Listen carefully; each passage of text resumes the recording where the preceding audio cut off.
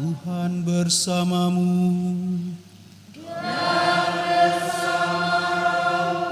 Inilah Injil suci menurut Yohanes.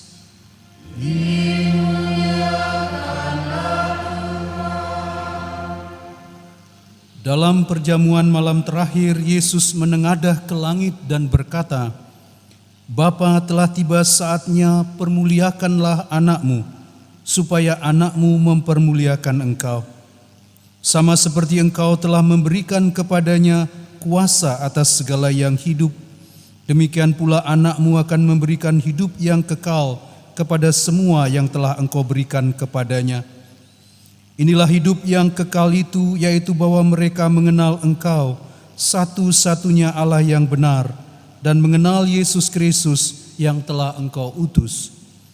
Aku telah mempermuliakan engkau di bumi dengan jalan menyelesaikan pekerjaan yang engkau berikan kepadaku untuk kulakukan. Oleh sebab itu, ya Bapa, permuliakanlah aku padamu sendiri dengan kemuliaan yang kumiliki di hadiratmu sebelum dunia ada. Aku telah menyatakan namamu kepada semua orang yang engkau berikan kepadaku dari dunia. Mereka itu milikmu dan engkau telah memberikan mereka kepadaku, dan mereka telah menuruti firman-Mu. Sekarang mereka tahu bahwa semua yang engkau berikan kepadaku itu berasal daripadamu.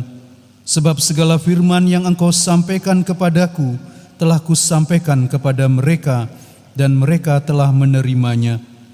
Mereka tahu benar-benar bahwa aku datang daripadamu, dan mereka percaya bahwa engkaulah yang telah mengutus aku. Aku berdoa untuk mereka, bukan untuk dunia aku berdoa, tetapi untuk mereka yang telah engkau berikan kepadaku, sebab mereka adalah milikmu, dan segala milikmu adalah milikku, dan milikku adalah milikmu, dan aku telah dipermuliakan di dalam mereka.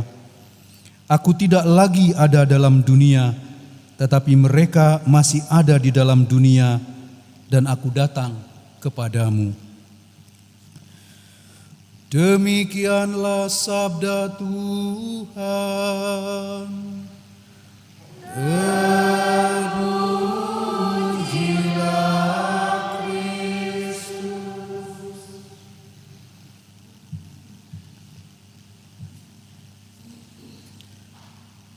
Ada momen di mana kita melihat ke sekeliling kita, seperti kata malaikat dalam kisah kenaikan, dalam kisah para rasul. Jangan lihat ke atas, kita diajak suruh lihat ke samping, ke sekitar. Tapi ada saat di mana kita seperti Yesus menengadah ke langit. Hidup terlalu berat untuk kita. Doa yang baik adalah doa yang memandang ke depan. Kisah Yesus naik ke surga seperti seorang panglima perang yang naik ke atas. Dia melihat ke depan, dia melihat dari atas jalannya peperangan, supaya dia bisa mengatur strategi. Karena itu doa kita tidak hanya bertumpu pada persoalan-persoalan di sekitar. Doa yang baik itu doa yang memandang ke depan, melihat jauh ke depan. Doa-doa kita seringkali menjadi doa-doa urusan remeh-temeh, urusan-urusan harian, soal hidup kita sehari-hari. Kadang-kadang kita kehilangan arah karena kita tidak mampu melihat ke depan. Doa yang baik adalah doa yang berserah. Pada penghujung dari hidup Yesus, pada hari Kamis Putih, dikatakan dalam Injil hari ini, pada malam perjamuan terakhir, Yesus berdoa kepada Bapanya. Besok dia akan ditangkap, dia akan disalibkan pada Jumat Agung. Demikian juga Paulus dalam bacaan pertama hari ini, di penghujung perjalanan hidupnya, dia tahu dia akan ke Yerusalem dan akan ditangkap di sana. Dia akan dijatuhi hukuman mati.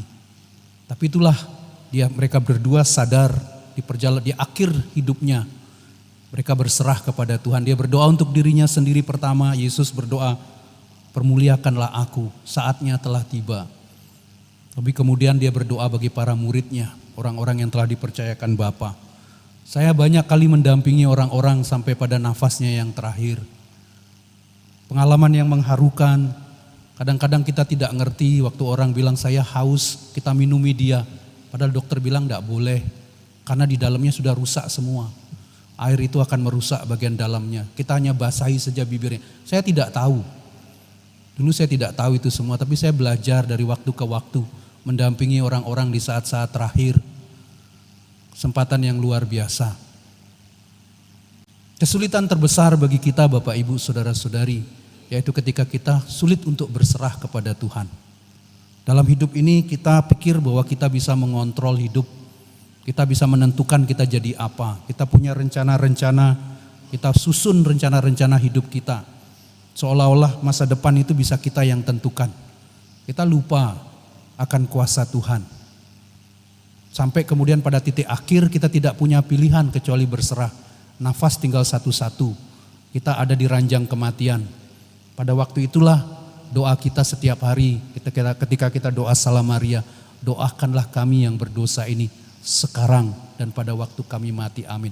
Kita berdoa bukan supaya kita dibebaskan dari sakit penyakit ketika kita akan mati, tetapi kita bisa berserah. Yesus memberikan kepada kita satu doa yang sangat indah sebagai seorang imam. Dia berdoa kepada Bapaknya menyerahkan, aku tidak akan lagi ada di dunia ini. Aku akan kembali kepadamu, aku serahkan mereka ke dalam tanganmu. Peliharalah mereka dalam namamu.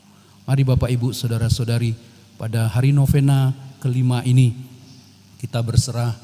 Kita tidak saja berdoa untuk diri kita dengan segala remeh-temeh, tetek bengek kehidupan kita.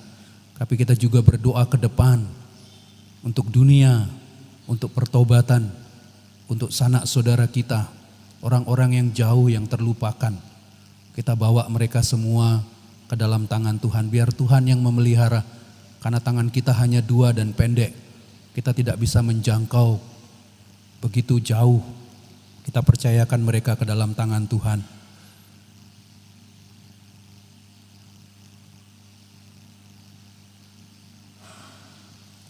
Kita doakan bersama doa mohon ketujuh karunia Roh Kudus.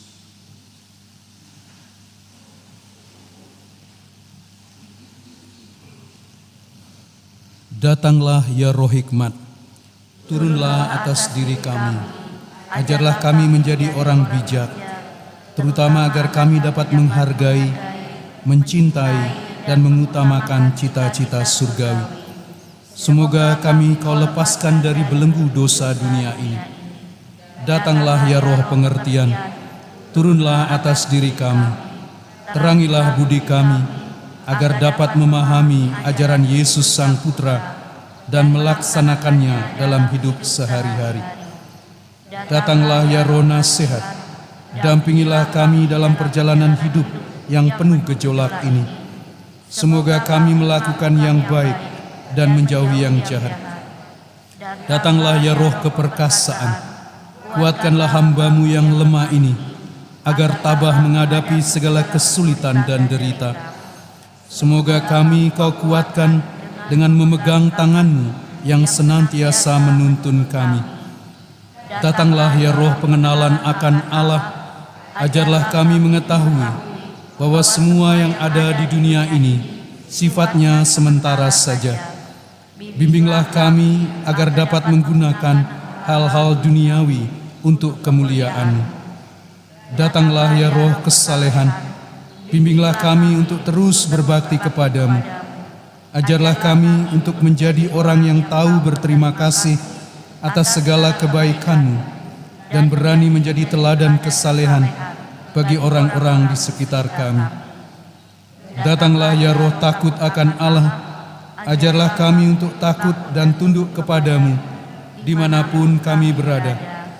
Tegakkanlah kami agar selalu berusaha melakukan hal-hal yang berkenan kepadamu.